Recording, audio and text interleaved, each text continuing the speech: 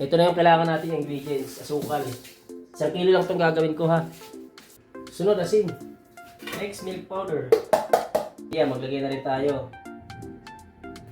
Konting egg yellow food color. Maglagay tayo isang itlog. Lagay ko lang sa comment section yung ating sukat ng mga ingredients. Next, kung lalagay is margarine. Sunod ay tubig. Next step natin, haluin. Tunawin natin yung asukal ha. Ang ating mga ingredients nilagay, kagaya ng asin, asukal, tunawin natin.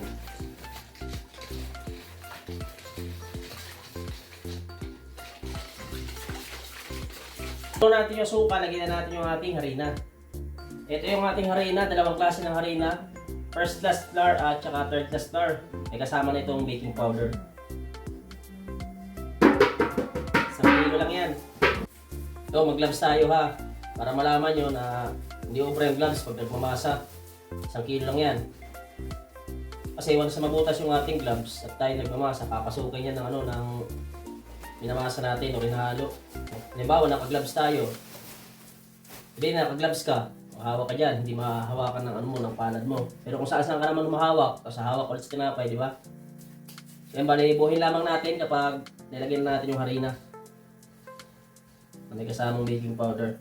Kung gagawa ka nito at medyo marami itong 1 kilo, hatiin mo lang para makagawa ka ng kalahating kilo. So bali kung marami pa rin yung kalahating kilo, hatiin mo ulit para makagawa ka ng 1/4 lang. Kung gusto mo naman doblehin, doblehin mo lang yung, kung gumawa ng 2 kilo, doblehin mo lang yung mga sukat ng mga ingredients dyan sa ating comment section para makagawa ka ng kalahating kilo. Bali ito nga palang minamasa ko is gagamitan ko ito ng makina sa pagpapakinis para mas mabilis natin mapakinis itong ating minamasa. Katapos natin ito mabilog, salang agad natin ito. Yung ating recipe is para lamang sa mga baguhan at mga nagtatanong, pero kung magaling ka na at basic na sa ito, hindi para sa itong video natin. At ito na sangkay, pag napuno natin yung ating masa, yan, ulit ko, dadaan ko ito sa makina para mas mabilis mong pakinis.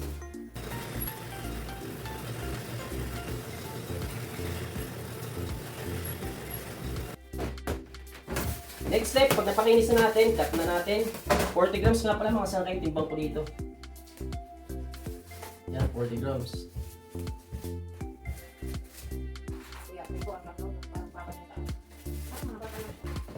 Next step, pag nakat na natin lahat, lugin na natin.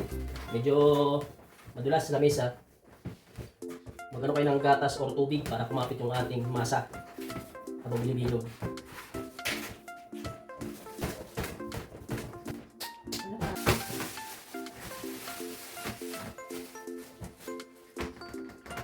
Diretso na natin lagay sa tray. Mabilog lahat sangkay, pwede na kagad natin salang yan. Yung uling powder lang naman ito, wala itong yeast. Hindi natin kailangan antayin para lumaki.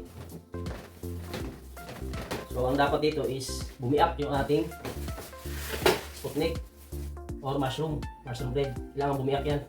Tara lang natin. Init na natin oven 180 degrees Celsius ha. At after 13 minutes mga sangkay, ito na yung ating mushroom bread. So ayan bali, inuulit ko, 13 minutes na ating niluto itong ating mushroom bread or itong ating sputnik.